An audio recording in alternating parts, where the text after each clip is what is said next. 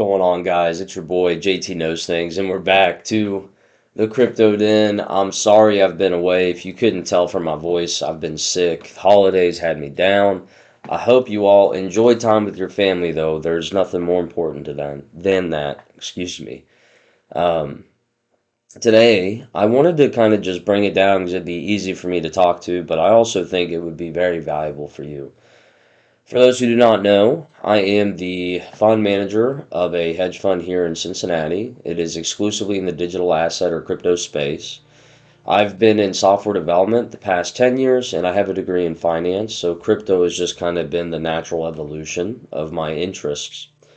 And if you ever want to verify or make sure that I am as I state, you can go Google me, Jake Tullis, or you can look at the link tree in the banner of the YouTube video. So today I want to talk about my fund a little bit, Bleeding Edge Capital, and I want to give you the premise of my thesis.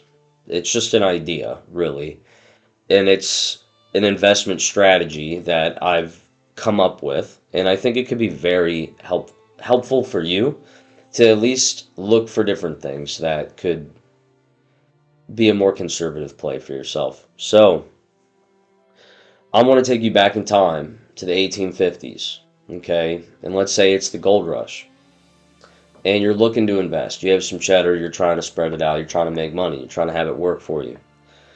Well, you have a lot of choices to invest your money to try to make a return in the gold rush. You could take the approach of a private equity group, right?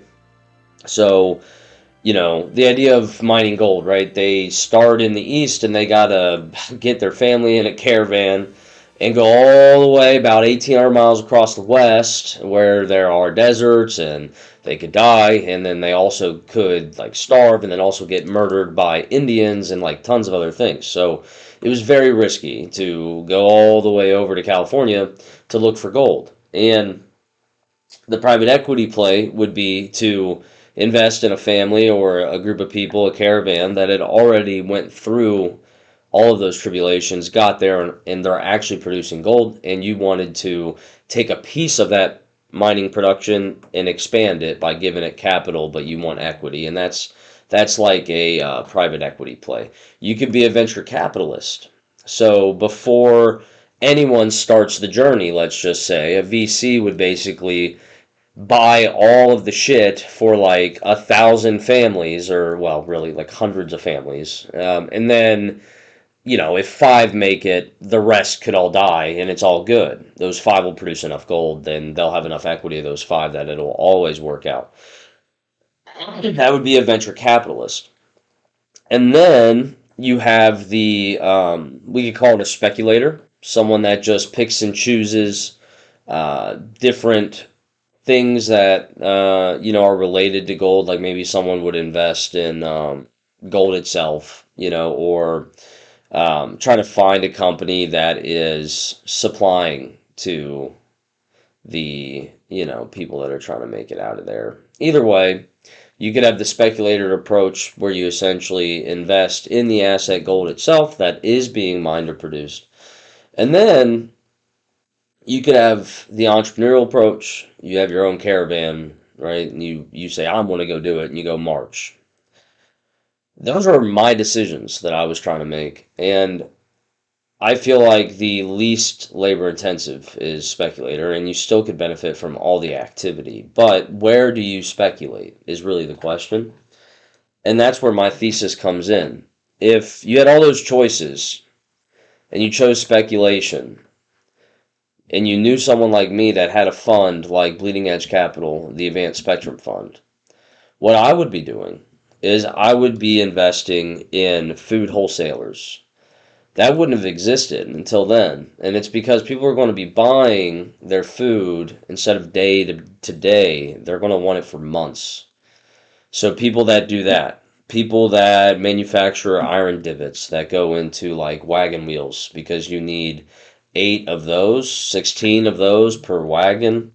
People that make the mouth stuff for horses because they're going to be needing a lot more attachments for a lot more horses, actual horse farms, because they're not just working on the farm anymore. Now we have literally a migration of millions of people over the next 20 years that are going to need at least two horses, probably four. So you start thinking about the movement, the idea, gold rush. You just, or like crypto, blockchain is going to take over the world. That's the movement. That's the transitionary period we're in.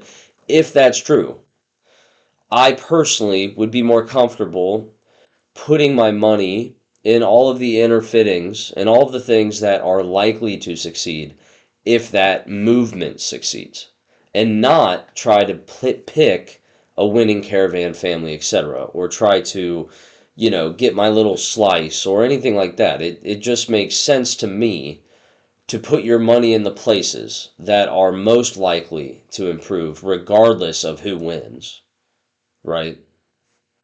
And then try to, isolate it yourself. So, an example in crypto to wrap it all up, because I promised you guys I'd keep them short. So, if you invested just in Ether, and again, I know I'm boring and conservative, but if all you had was Ether back in 2019, 2018, it would have been anywhere from like 5 to 800. Then Yuga Labs came out with Bored Ape Yacht Club, and that started the NFT craze. So NFTs were an application layer essentially on top of Ethereum, right? OpenSea, people making collectibles, those are all like users interacting with the technology. That's above the infrastructure, which is Ethereum. Ethereum went up almost 900%. It almost hit 5K, right? From, 650. Guys, 900% is really good. You don't need to go lose a fuck ton of money chasing a 50,000% Bored Ape Yacht Club. 900%, if you're younger and you're compounding this till retirement, or you're just investing, you're an investor, you get over this idea, dude, you literally compounding 900% in 5 years could retire your entire family probably, depending on your starting capital, but that's a lot. That is a lot. Maybe 10 years, but we're talking about shaving your working life down, especially if we're going to be living longer, 40, 50 years, by just being conservative and understanding what you're investing in. A lot of people don't even understand that Ether is that. When I describe the gold rush scenario, no one can even, they think I'm doing something crazy. When I say Ether, they're usually surprised. It's because they don't understand the asset. And that's the number one rule. You have to understand the investments to which you are making. Rant over. But look, get educated, learn more about this technology, and understand we are very early. This is going to take a long time. And be patient. And don't be greedy. Okay? Fat pigs, they live a long, happy life. Hogs get slaughtered. Don't be greedy. 900% is incredible. Your grandpa is turning over in his grave. He was getting, if he was lucky, 2 points on a CD back in his time. The S&P and indexes and then ETFs changed a lot of returns for a lot of people. But, dude, 900%. That's 3 generations of returns in a fucking CD. Like, come on. Anyways, I hope you all have a wonderful rest of your weekend here. And hopefully I'll be back at you when I'm not feeling like this. It's pretty rough. So, thank you all for tuning in and learning, about me, my fund, and my thesis. So thank you. Have a good one, guys. Take care of one another. Cheers.